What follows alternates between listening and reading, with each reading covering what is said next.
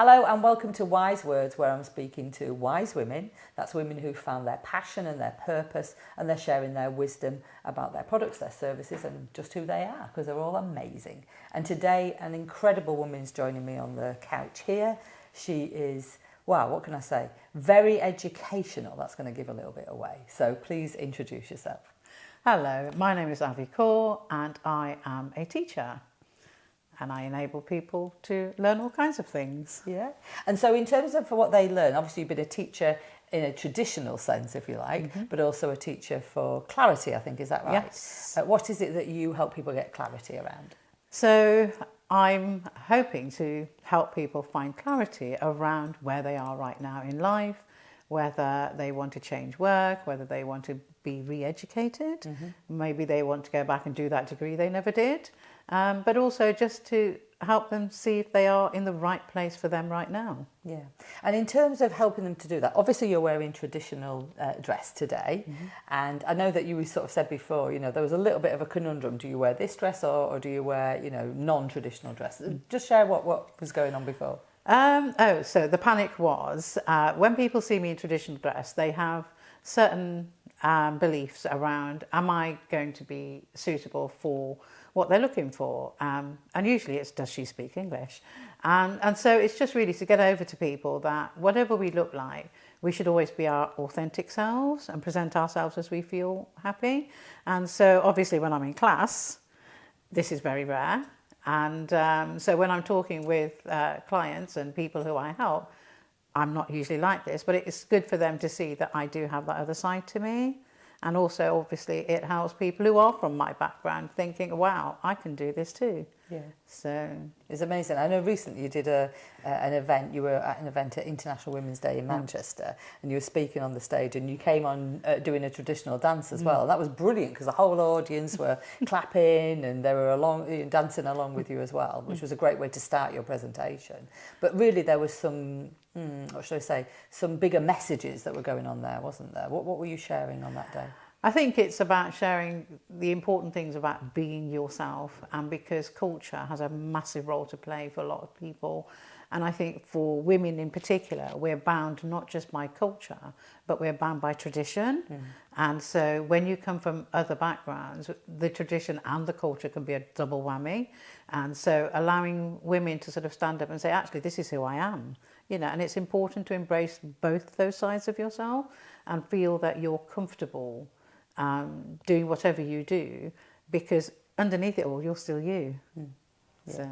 And I know you developed a programme to help your potential clients, didn't you? What's that all about? It's got quite an apt name, if I remember rightly.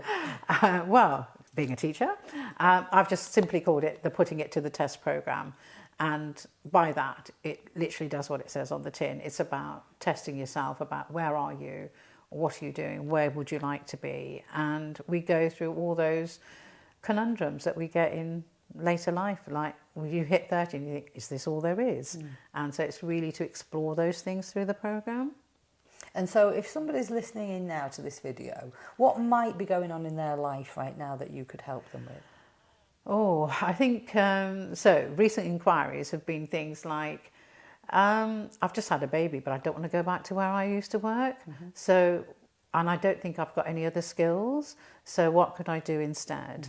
And the common one, obviously, when I used to work with teachers predominantly, was I've been a teacher all my life. What else can I do? I don't know how to do anything else. And so it's exploring those things about, you know, what do you want to do? You know, what was it that led you to do what you're doing already? And why don't you like it now? And so it's those things about, we sometimes have that decision about what we want to do made for us. And it's to please other people often. And then you get to that point in life where you think, well, I've done it for X number of years and now I can't do it anymore because it's not you and it doesn't feel right anymore. And at that point is where I can step in and say, well, let's look at where you are at. What skills have you got? And what other jobs are there out there that would be really more suitable, you know? And so I think that's the point of the programme, is to bring that clarity to people and also help them along the way to maybe develop some of those skills that they might need in order to take that next step. Yeah, brilliant. And so the clarity on, you know, maybe their career, the clarity on who you really are, and obviously, like you've just said, Avie, you know, as time changes, we change. Yeah. You know, everything's constantly changing, and so you can help them with the clarity of knowing where to go next. Yeah, brilliant. And so in terms of, I know at the International Women's Day as well, you launched your book, didn't you? Tell us a little bit about your book. So the book, actually, your fault, Cheryl. The book really was, all my life I've sort of written things down, because for me journaling was the only way to keep a tab on my thoughts, and so over time they just became long narrative poems, and it's been helpful in terms of trying to find which ones to put in the book.